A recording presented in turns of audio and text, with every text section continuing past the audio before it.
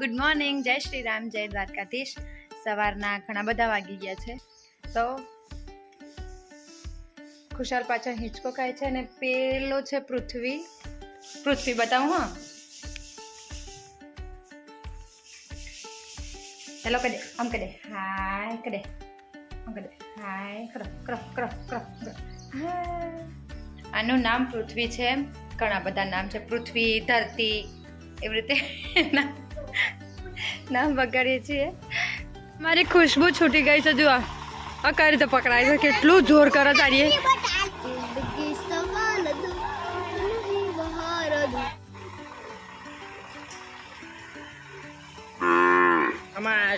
સવારમાં મસ્તી ઉકલો છે ના કોઈ એવું કહેવાય।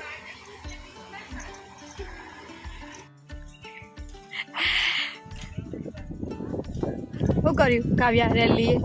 હા બેટા શું કર્યું બેટા?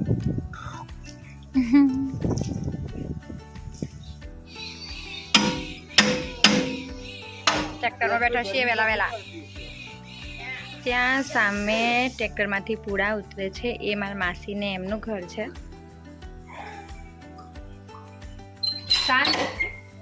સાંજ થઈ છે અને મને બપોરે મેં ખાધું નહોતું, કેમ કે બપોરે મને ભૂખ નહોતી લાગી, અત્યારે લાગી છે તો કંઈક જમવું પડશે। જોઈએ રસોડામાં શું છે।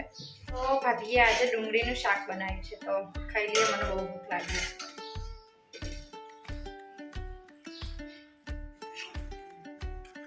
ડુંગળીનું શાક અને રોટલી, અને ગરમી છે ને વળીને પાછી આવે છે, કંઈ ખબર પડતી નથી કે ચોમાસું ક્યારે આવશે અને ગરમી ક્યારે જશે। બસ હવે તો ગરમી જતી રહે ને તો શાંતિ થાય। બસ પહેલાં તો થોડું જમી લઈએ, પછી મારે નાહવા જવું છે, ઘરમાં થોડું કામ પણ બાકી છે તો એ પણ કરી લઈએ।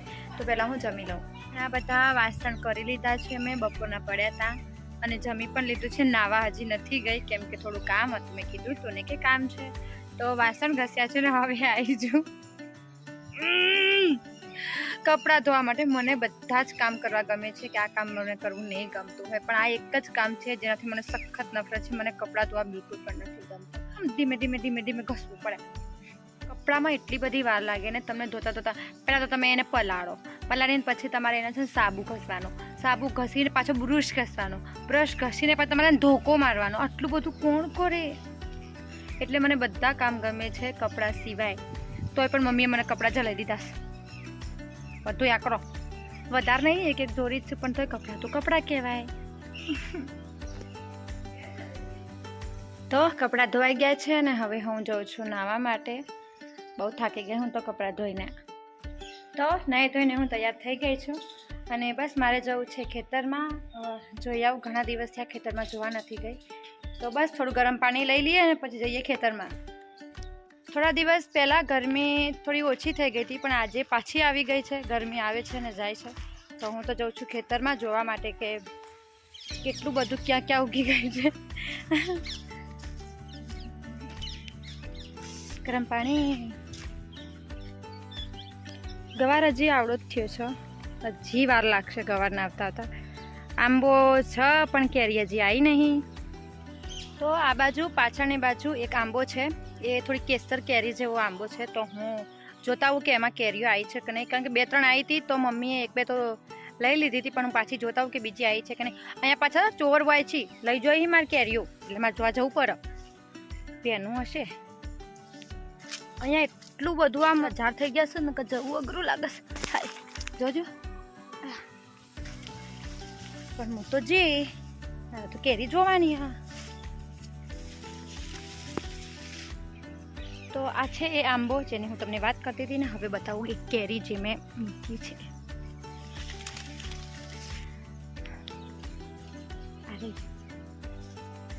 આ કેરી છે જે મેં અહીંયા મૂકી છે, પણ મને લાગતું નથી આ વ્લોગ બનાવ્યા પછી આ કેરી રહેશે, પણ તોય વાંધો નથી।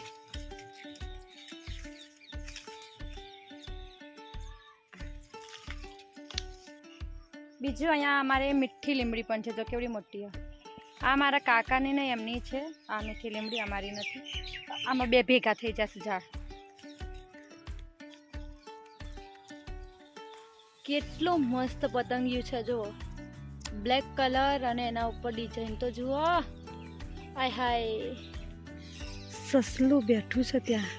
થોડું મારો કેમેરો હલશે પણ જુઓ તો ખરા એના.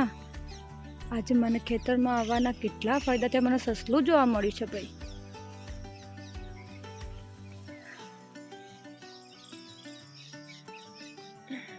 ખરેખર એટલું મસ્ત સસલું જોયું છે ને મેં હાલ જ મતલબ થોડી વાર જ થઈ અને એટલું મસ્ત છે આ સસલું. મતલબ ઘણા દિવસથી અને ઘણા ટાઈમથી આ જ ખેતરમાં રહે છે કારણ કે અહીંયા બધું લીલું લીલું ખાવાનું છે ને એટલા માટે.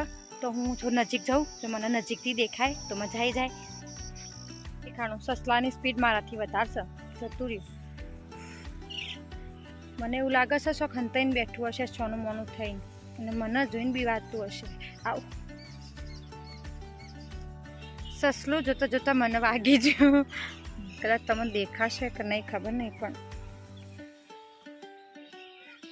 પેલો અમારા તાર બંધેલા છે ને આપણે લાઈન કરેલી છે જુઓ આવી રીતે. પેલા અમારે અહીંયા પેલા શું કહેવાય એનું ભૂંડ આવી છે મતલબ ભૂંડ અને હોવર ને એવું બધું આવે છે કે તો એટલા માટે આવી રીતે તાર લગાવી દીધા છે એટલે કૂતરું હોય કે બીજા કોઈ જાનવર અંદર આવે નહીં.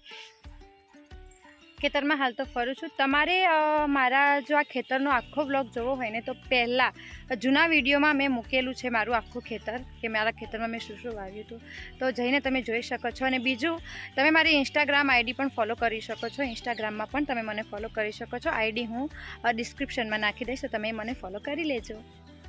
ખેતરમાં આંબાના સિવાય અમે વાયા છે જામફળ પણ જામફળી એટલી સારી નથી થઈ. આંબા સારા થયા છે એ પણ અમુક જ સારા થયા છે બધા સારા નથી થયા. એક આંબો આ લાઈનમાં જેટલા પણ આંબા છે ને મતલબ આ લાઈનમાં એ બધા આંબા થોડા સારા થયા છે. પેલ બાજુ 2-3 થયા છે પણ એટલા બધા સારા નથી. 2 લીંબુડી પણ વાવી છે પણ એમાં લીંબુ બિલકુલ આવતા નહીં. ઘર આગળ જે લીંબુડી વાવી છે ને એનો મોટો લીંબુડી આવે છે. બસ પેલી બેન થો લેબુ આવ્યા વધતા સારું હતું.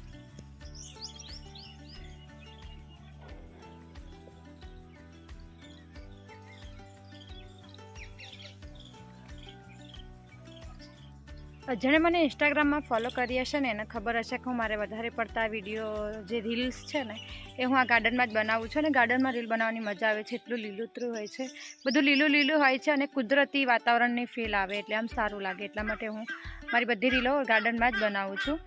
અને અત્યારે હું બેઠી છું મારી ફેવરેટ જગ્યા ધાબા ઉપર બેસવાની મજા જ અલગ છે. અહીંયા બધું આવું વાતાવરણ હોય તો શું કામ ધાબા ઉપર ના આવે. તો બસ આજ માટે આટલું જ. ફરી મળીશું આવા જ મસ્ત વ્લોગ સાથે.